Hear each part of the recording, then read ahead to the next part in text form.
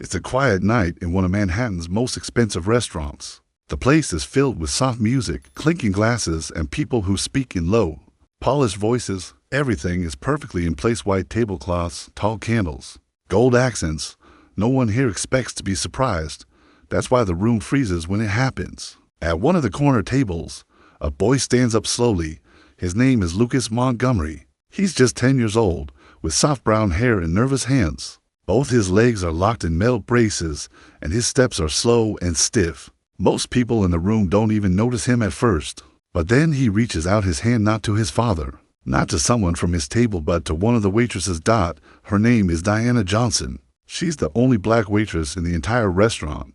She's been working here for 5 years, and she knows her place: serve, smile, disappear.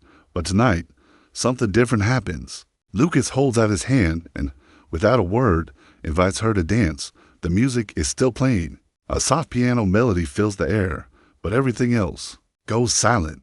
Forks pause halfway to mouths. Conversations stop. All eyes turn to that small moment between the people who should never be in the spotlight here. One a disabled boy, the other a woman the restaurant wants to keep invisible. From the front, the manager storms over. Mr. Thornton is the kind of man who never breaks a smile unless a billionaire walks in. "Sir, control your son." He hisses at Richard Montgomery, Lucas's father. "This is not a place for dancing, and our staff are not here for entertainment." Richard is a powerful man.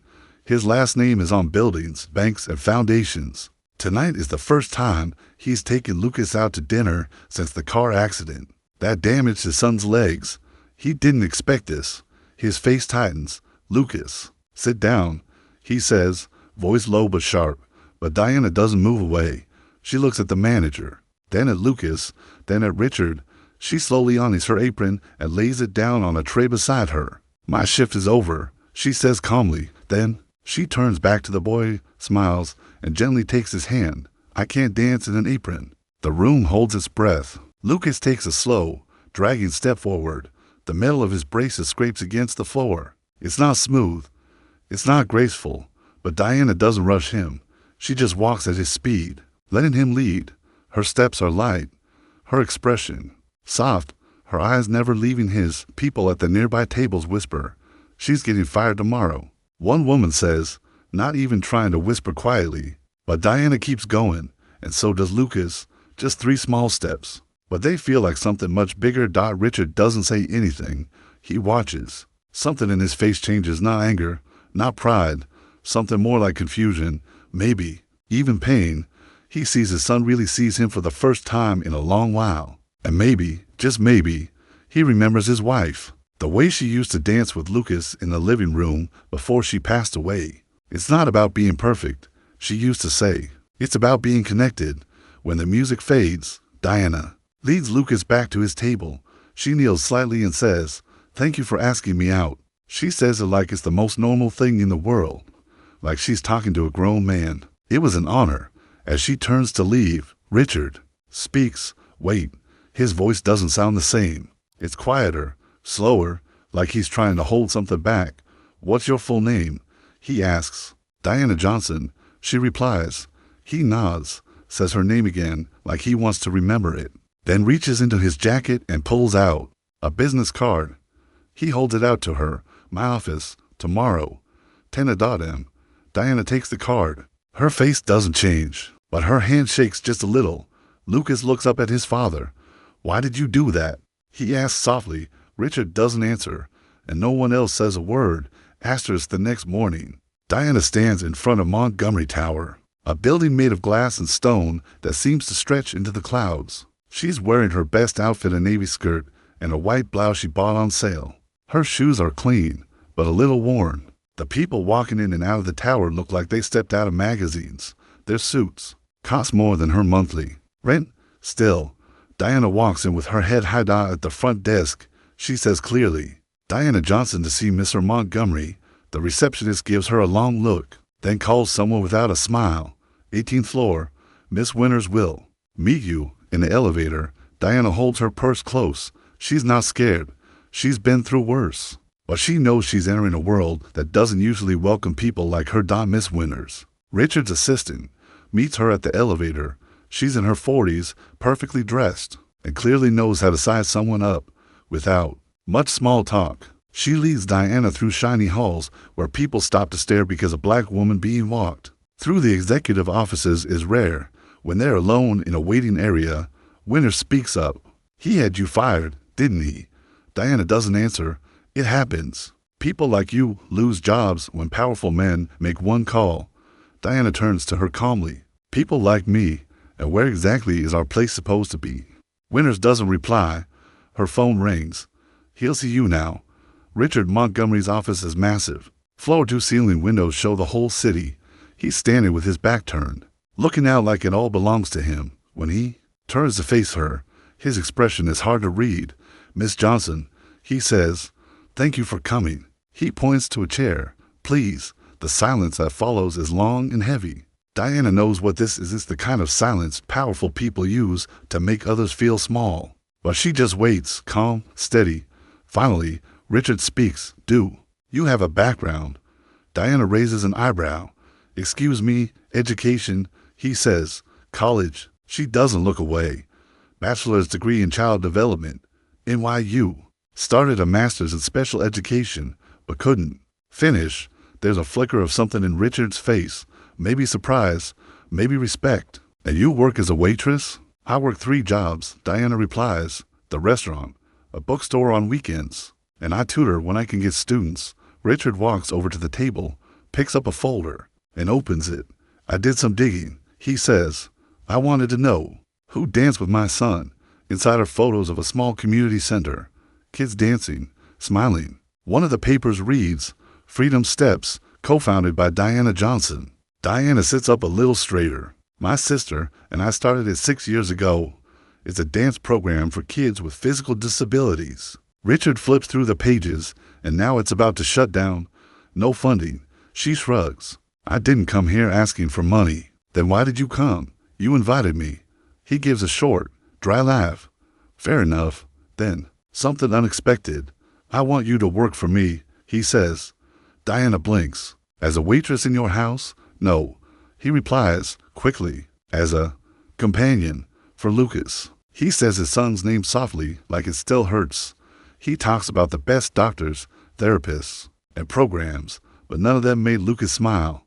"Yesterday," he says, "was the first time I saw him happy since the accident." Diana looks at him carefully. Beneath the expensive suit and cold stare, she sees a man who's lost, maybe even scared. "I don't want someone to dance with him," Richard says. "I want someone who can do what you did. Follow, not lead."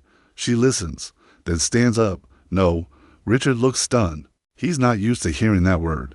"I don't work for people who see my color or my paycheck before they see my value," she says. "And I definitely don't work for people who try to buy their way out of emotional problems." His face reddens. "You're turning down a chance to solve your money problems out of pride?" He asks. "No," she says, "out of dignity, and because your son deserves more than someone pretending to care." She walks to the door, but pauses. Lucas doesn't need another expert. He needs space. Space to lead. "You don't know my son," Richard says. "No," Diana answers, "but I know people like him, and I know the cages we build around them without meaning to." She pulls a small flyer from her purse and puts it on his desk. "Freedom Steps. Tuesdays and Thursdays for a clock. First class is free. If you want to bring Lucas." The doors open. Then she leaves, passing Miss Winters on the way. The assistant leans in and whispers, "You just turned down Richard Montgomery. Are you crazy?" Diana smiles. "Maybe, but I'd rather be crazy than owned." A few days later, a black Bentley pulls up outside an old community center in the Bronx. It's not the kind of place that usually sees cars like this. The building is plain. The sign is crooked. The windows are clean but old. Inside, kids with crutches, wheelchairs, and braces are laughing and moving to soft music. It looks nothing like a hospital. It doesn't even look like a school. It just feels alive. Diana is behind the small check-in desk when her sister Zoe rushes in, adjusting her hijab and trying to whisper. "There's a Bentley outside," she says, "and guess who's in it?" Through the window, they see Lucas in the back seat, looking nervous but excited. Richard is in the driver's seat, gripping the steering wheel like he's unsure whether to stay or leave. Zoe frowns. "He's not coming in." Men like him don't step into places like this. Diana watches quietly. She doesn't say anything, but her face is calm.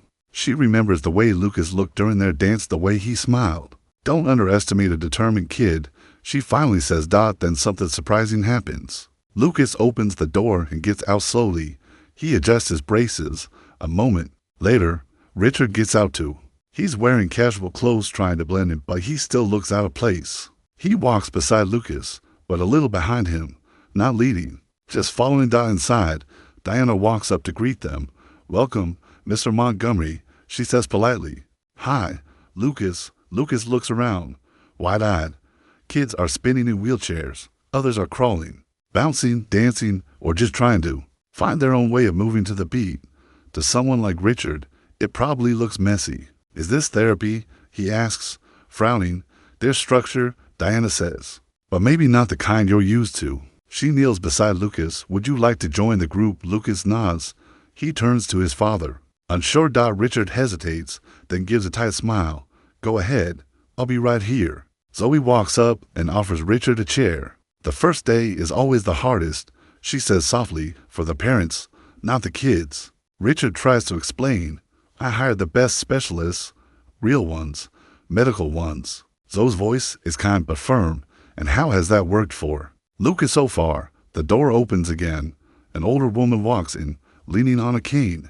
Her silver hair is braided neatly, and she walks with purpose. "Dr. Mercer," Zoe whispers. "Neuroscientist, retired from Harvard." Dr. Mercer greets a few children before noticing Richard. "Mr. Montgomery," she says, raising an eyebrow. "You've rejected my research proposals 3 times. He's surprised. "I didn't know you were involved here.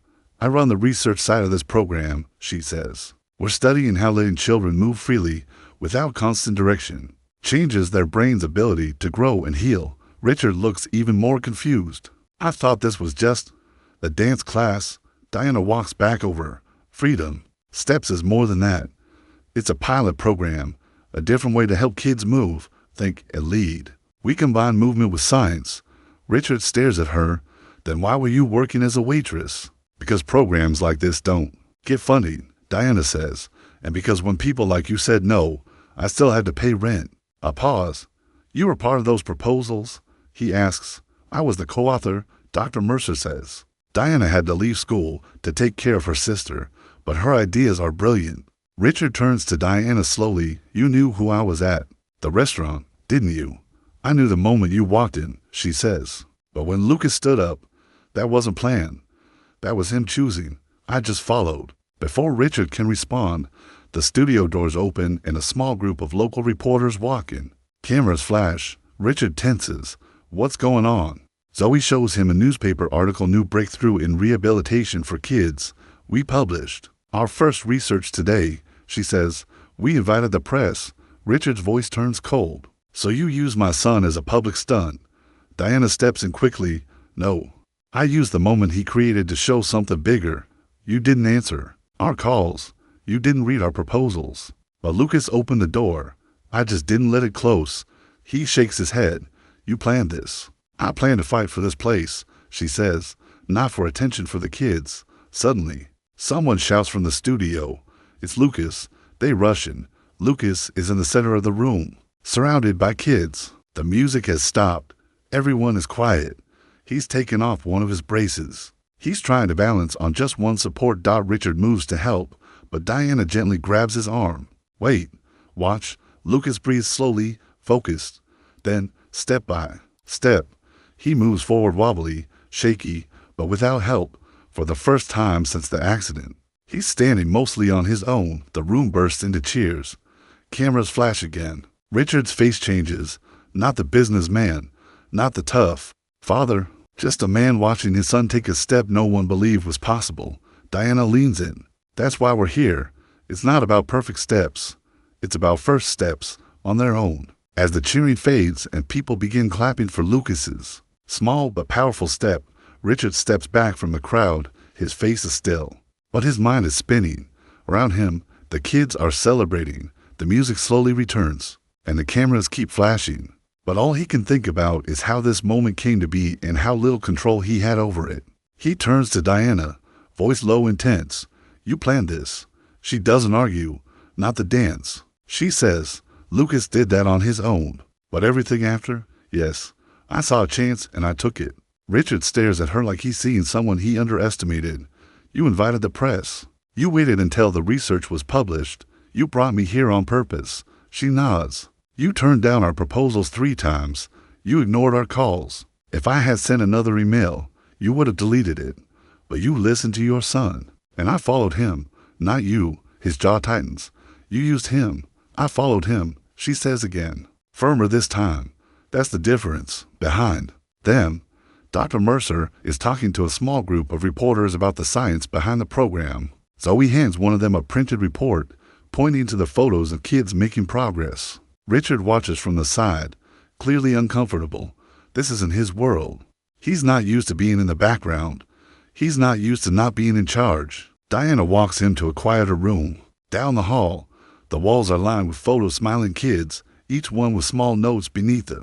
Frames, progress steps, little milestones, dates. Next to each is a line showing how far they've come. Near the end of the wall is a single empty frame.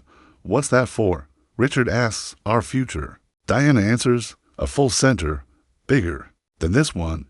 More staff. More families. We can help 500 kids a year instead of 50. He looks around slowly. All of this was part of your plan. She doesn't deny it. For months ago, when you canceled our meeting without even reading the research, I promised myself I'd find another way. Just then, Zoe appears at the door. Her voice is serious. It's Lucas. They rush back to the main room. Lucas is now in the center again. He's trying something new. One brace off, one on. He's surrounded by the other kids, but this time, he's not just following, he's showing someone else how to move. A little girl in a wheelchair is copying his steps in her own way. Everyone's watching. Richard steps forward, but again, Diana gently holds him back. Let him finish. Lucas breathes deeply, then lifts his leg and moves forward. It's not perfect, but it's steady, strong. Everyone sees it, and this time, no one claps. They just watch, quietly, as a boy who used to need help now leads someone else. Richard's eyes fill with tears. He doesn't wipe them away. He's to focus on Lucas, on the boy he never really saw until now. You still think I used him? Diana asks quietly. Richard shakes his head.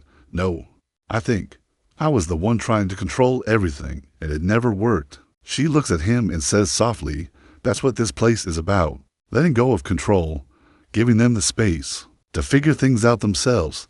They both turn as more reporters enter. There's a growing buzz in the room. Some are pointing at Richard, wondering if he'll speak. A few already recognize him. He's cornered. If he walks away now, the headlines will write themselves. Cold billionaire walks out after son's breakthrough. But if he speaks, he'll have to be honest, something he's avoided for years. He glances back at Lucas, who's smiling now, helping the little girl laugh as she tries another movement. Then he looks at Diana. You win, he says, but there's no anger in his voice. So what now? She hands him the same flyer she gave him the day they met. You already stepped through the door. Now decide what kind of father you want to be on the other side. 3 months later, the sound of construction fills the air around an empty lot in the Bronx. Bulldozers push dirt, workers carry beams, and a bright sign stands at the edge of the fence. Future home of the Freedom Step Center. It's not a huge building, not shining like Montgomery Tower, but every part of it has a purpose. It's being built for kids who don't fit into regular programs, and for families who need more than just hope. Diana stands on site most days, clipboard in hand, walking through the space in her mind before the walls go up. She checks room sizes, layout sketches, and designs that include wide open floors, soft walls, and space for movement, not wheelchairs stacked in corners, but real space to move. She's not doing this alone. Lucas comes too, sometimes with other kids, helping choose colors and drawing pictures for the walls, and sometimes, to everyone's surprise, Richard shows up. He doesn't dress like a billionaire anymore when he visits. No suit, no driver waiting. He carries a notebook, now one filled with printed research and sticky notes. At first, he just watched from a distance, but over time, he started asking questions, listening during planning meetings, even reading articles that Dr. Mercer recommended.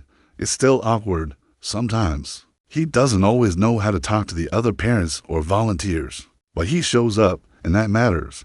One afternoon, as they're reviewing the latest blueprints, Diana glances over and sees Richard rubbing his eyes. He's been reading something with highlighter marks all over it. I never thought I'd be learning brain science at my age, he mutters. Diana smiles a little. I never thought you'd show up to meetings at all. He laughs under his breath. Yeah, neither did I. She watches him for a moment. Then she asks, is this about your public image, or do you actually care? He doesn't answer right away. Instead, he looks at a photo on the wall, Lucas balancing with just one crutch, mid-step. Mid-smile, Lucas asked to take off his second brace last week. He says softly, his old therapist told him it wouldn't be possible for 2 more years. But you fired her. Diana replies, remember, because you told me she was wrong. He says, and she was. They fall into silence again, the kind that feels less tense now, more honest. Diana points to the picture again. He's not just healing physically, he believes in himself. That's the real change. Richard looks over at her. Why won't you accept my apology? Diana doesn't look away, because you never actually gave one. You changed policies. You funded this place. That's not the same as saying sorry. He nods slowly. You're right. Back at the build site, a new delivery of wood arrives, and Lucas runs over to help one of the volunteers unload a small box. He's moving faster now, more confident, still careful, but not afraid. Richard watches his son for a long time. He's not just stronger, he says. He's becoming someone new. No, Diana corrects gently. He's becoming who he always was. You're just finally seeing it. 6 months later, the new Freedom Step Center opens its doors. It's a warm afternoon, and sunlight pours through the tall windows of the main hall. Inside, the space is full not with furniture, but with movement. Kids roll, crawl, hop, and spin in their own ways. Nothing matches, nothing's perfect, but it all feels right. In the center of the room, Lucas stands tall in front of a small group of children. He's wearing just one lightweight brace now, and it's barely noticeable. The music starts a soft, steady rhythm. Lucas begins to move. He takes a step, then another. A girl behind him follows. Then a boy. They're not copying each other. They're all doing it their own way. But Lucas is clearly the one they're watching. He's not just participating, he's leading. The room is packed with families, therapists, volunteers, and a few quiet reporters standing near the back. Richard stands off to the side, arms crossed loosely, watching his son.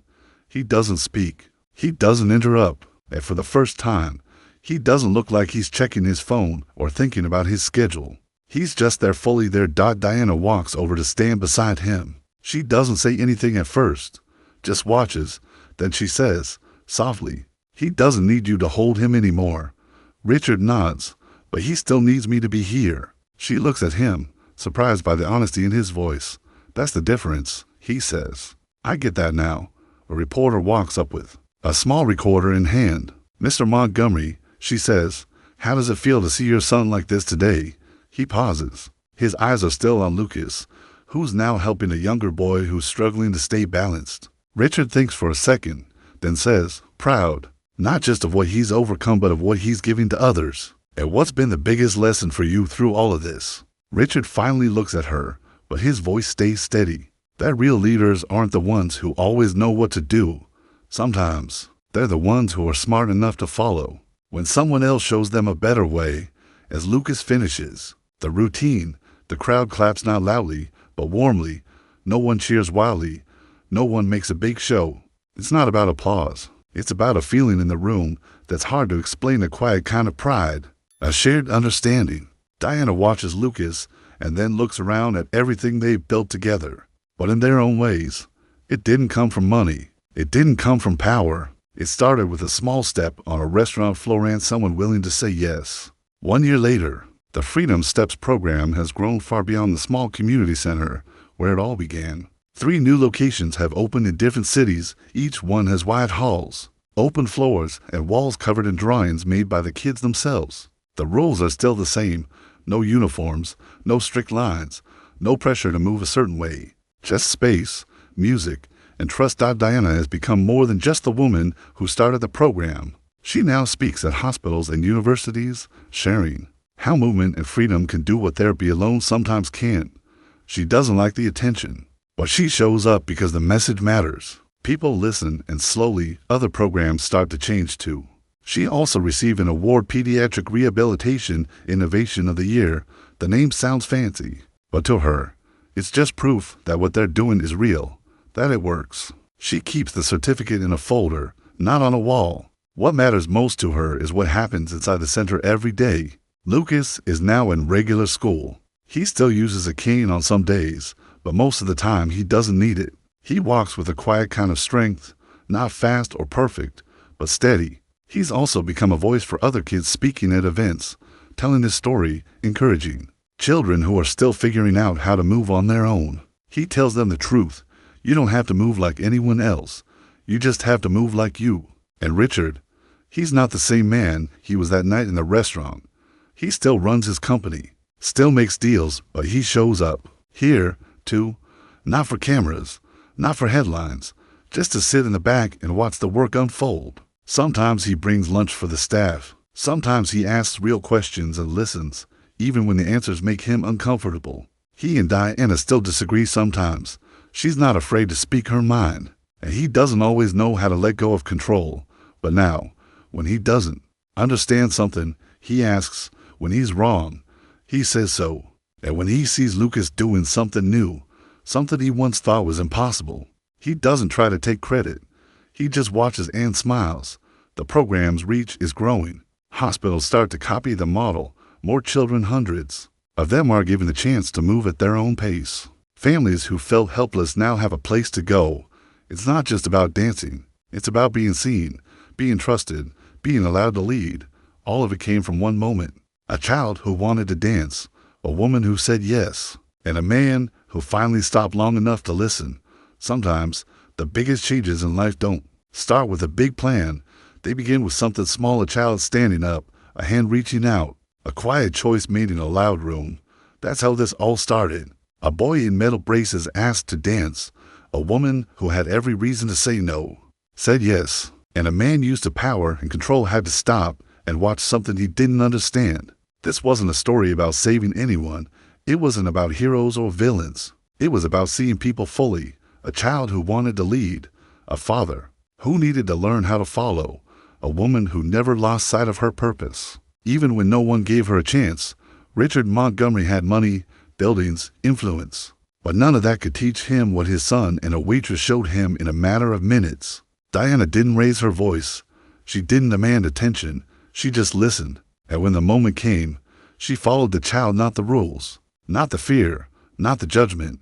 That made all the difference. Now, the program they built is helping kids everywhere take their first step in their own way. Not because someone told them how, but because someone gave them space.